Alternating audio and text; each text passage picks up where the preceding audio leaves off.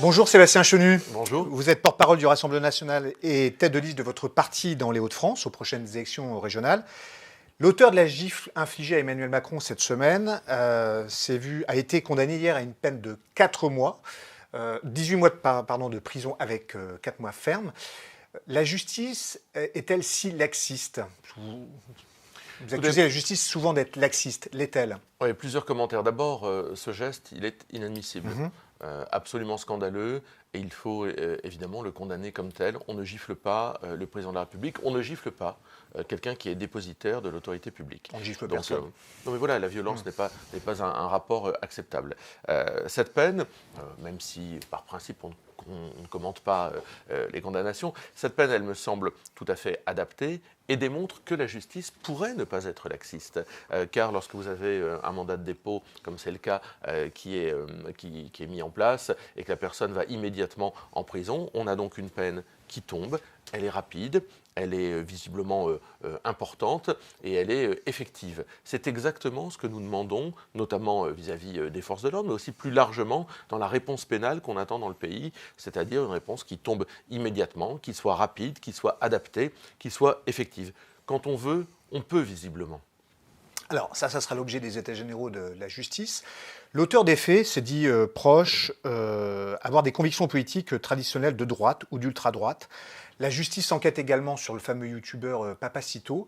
Alors, ce ne sont pas des gens qui sont adhérents au Rassemblement national. Néanmoins, ne croyez-vous pas qu'à l'approche des élections régionales, ça puisse desservir le Rassemblement national, que les gens puissent faire l'amalgame entre des auteurs de violences simulées ou réalisées et le Rassemblement national? Non, je ne crois pas du tout. Je crois qu'au contraire, les électeurs savent très bien faire la différence entre une certaine catégorie de personnes qu'on retrouve dans des mouvements divers et variés, à l'extrême droite, à l'extrême gauche, autour de la vie politique, et puis les hommes et les femmes politiques parfaitement républicains qui proposent des solutions pour le pays. Mais je pense qu'il ne faut pas perdre de vue que l'égalité de traitement doit surtout être prise en compte. C'est-à-dire qu'on essaye toujours de nous rapprocher avec des types un peu fantasques, ubuesques, parfois scandaleux, quand on oublie les errements d'un certain nombre de candidats, d'autres mouvements politiques. Je ne vais pas rentrer ici dans la liste, mais quand je vois que le député de la France Insoumise, Hugo Bernalicis, est mis en cause par son collaborateur pour consommation de cocaïne, pour harcèlement, eh bien on peut peut-être aussi en parler. Donc vous voyez, je pense que tout ça ne grandit pas la politique. Moi je pense qu'il faut juger les hommes et les femmes politiques sur ce qu'ils vous proposent pour redresser le pays. C'est exactement ce que nous attendons des électeurs, mais aussi de ceux avec qui nous débattons. Ça veut dire que les partis doivent être vigilants sur les noms qui sont inscrits sur leur liste, en leur nom. C'est le cas notamment chez vous, vous avez retiré, même s'ils sont peu nombreux, leur investiture à certains candidats. Est-ce que ça illustre le fait que le Rassemblement national puisse avoir un problème à avoir un maillage local, à faire le tri entre des candidats qui sont solides et des candidats qui se laissent à des errements, comme vous l'expression. Non, si vous voulez, des brebis galeuses, il peut y en avoir partout. Quand Mme Pécresse héberge sur sa liste un candidat dont le fils l'accuse d'avoir abusé de lui, d'avoir été violé par son propre père, je ne rends pas Mme Pécresse responsable de ce recrutement de candidats. Donc je considère que ce qui est important, c'est la réponse qu'on adresse. Nous, si un candidat commet un faux pas, a des propos inadmissibles ou se comporte comme il ne devrait pas se comporter, nous en tirons immédiatement les conséquences. Je pense qu'aujourd'hui, tout le monde est capable de reconnaître que Marine Le Pen est suffisamment ferme pour justement éloigner des brebis galeuses. Mais des gens qui pourraient être tentés par le vote Rassemblement national, vous ne craignez pas que ça puisse les dissuader, non ? Ah non, je ne crois pas du tout. Je crois que les gens ont très bien compris qu'effectivement, il peut y avoir des brebis galeuses ici et là. Il y en a dans tous les partis. Je vous ai donné 2 exemples. L'important, c'est la réponse qui est donnée par ces partis politiques-là. Notre réponse, elle est toujours très ferme.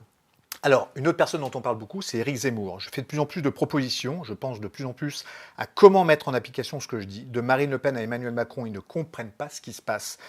Alors, ces propos sont ceux d'Éric Zemmour tenus sur la chaîne YouTube Livre Noir. Alors, le polémiste du Figaro laisse monter de plus en plus la rumeur selon laquelle il pourrait être candidat.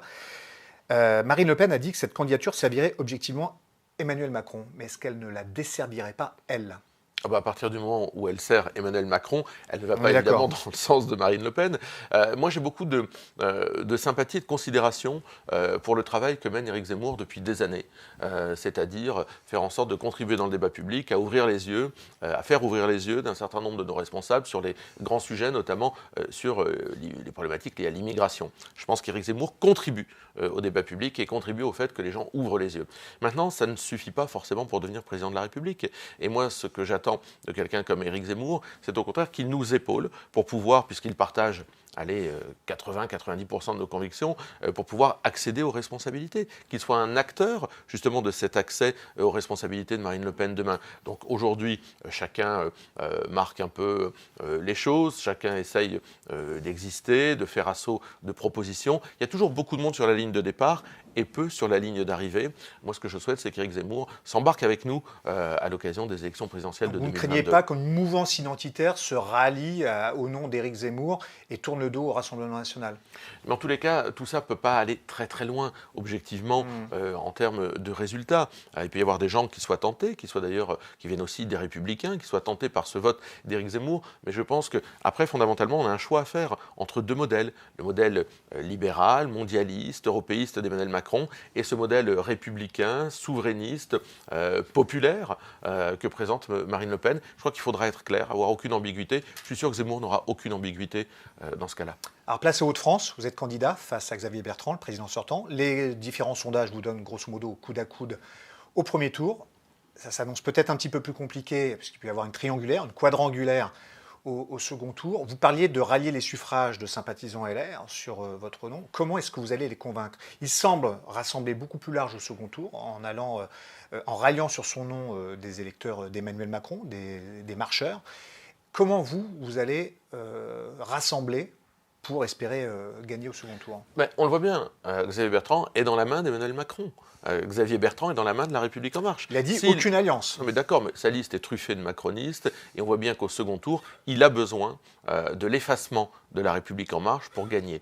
Donc c'est son seul objectif, c'est de pouvoir engranger les voix des gens qui auront voté La République En Marche au premier tour sans avoir lui-même à bouger. Pour ça, il a envoyé un certain nombre de signaux subliminaux en truffant sa liste de macronistes. Pourquoi? Parce que rien ne sépare fondamentalement Xavier Bertrand d'Emmanuel Macron. Il y a une différence de degré, mais il n'y a pas de différence de nature. Ils sont d'accord sur la réforme des retraites. Je pense même que Xavier Bertrand est un peu plus dur.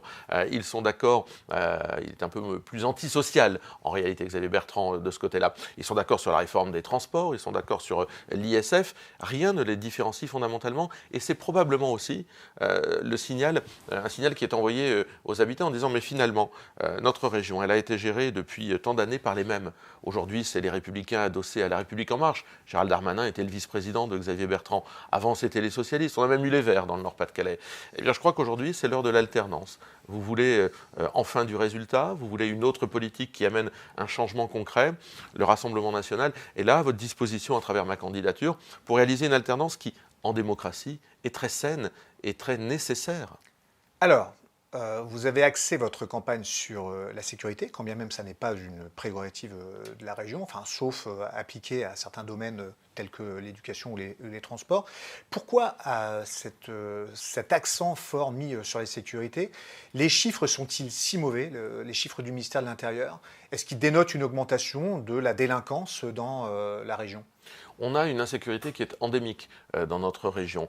Est-ce qu'elle est factuelle? Est-ce que c'est un ressenti ou est-ce que c'est un factuel? Non, c'est une réalité, notamment avec une hausse des cambriolages, notamment dans la ruralité. C'est pour ça que nous souhaitons être le partenaire des communes et des collectivités pour les aider à s'équiper en vidéoprotection, mais aussi en matériel, en équipement, en brigade canine. Nous souhaitons, avec la région que je présiderai, être des partenaires justement des communes, parce que dès que vous sortez de la métropole de Lille, vous avez beaucoup de communes qui ont des difficultés à pouvoir s'équiper pour protéger les habitants. Donc oui, il y a une insécurité endémique, il y a une transformation de cette insécurité, il y a une insécurité qui est de plus en plus violente, et ça, les habitants le mesurent. Donc nous serons au rendez-vous de cette lutte contre l'insécurité, ce que n'a pas fait Xavier Bertrand. Vous parliez des cambriolages, mais en fait, ce que vous promettez, c'est de mettre en place des moyens de sécurité supplémentaires dans les transports. Donc on s'éloigne des cambriolages. Pas seulement. Ouais. Je viens de vous donner un exemple. En devenant partenaire, d'autres régions l'ont été, en devenant partenaire des collectivités, nous aiderons à lutter contre les cambriolages. ciblage. Les opérations voisins vigilants, etc., seront aussi des opérations plus larges sur lesquelles nous nous investirons. Et évidemment dans les transports. Mais ce chapitre, si vous voulez, il n'a pas été ouvert du tout par Xavier Bertrand.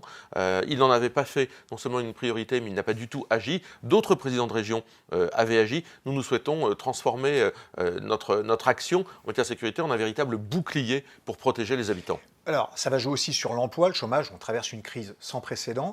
Est-ce que son bilan est si mauvais que ça ? Le taux de chômage a baissé jusqu'en fin 2020. Après, évidemment, les chiffres vont tenir compte de la crise.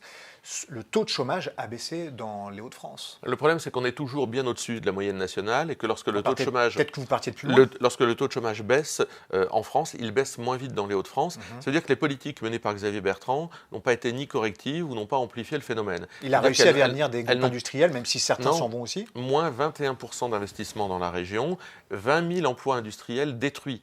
Et ça ne comble pas... En net ou en brut ? Non, ben voilà, ça ne comble pas les emplois qui ont été construits, en tous les cas, qui ont été créés. Donc on a des pertes d'emplois industriels, on a des investissements en moins dans la région. Nous en avons été classés avant-dernière région par le magazine Capital et par la fondation IFRAP, qui sont, je crois, des références sérieuses. Donc notre région, elle a pris du retard sous Xavier Bertrand.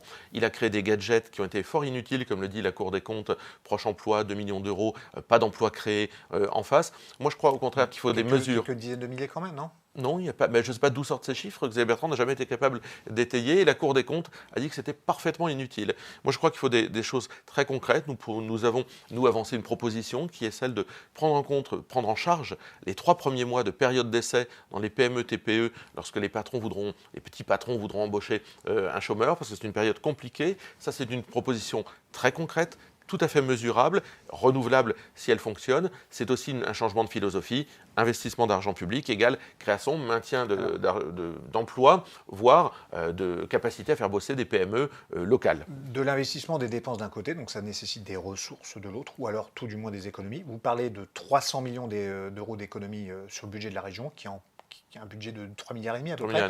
Donc on s'approche des 10% de budget d'économie. Où est-ce que vous allez les réaliser ? On sait que les collectivités locales, tout comme l'État, ont des finances extrêmement contraintes en ce moment.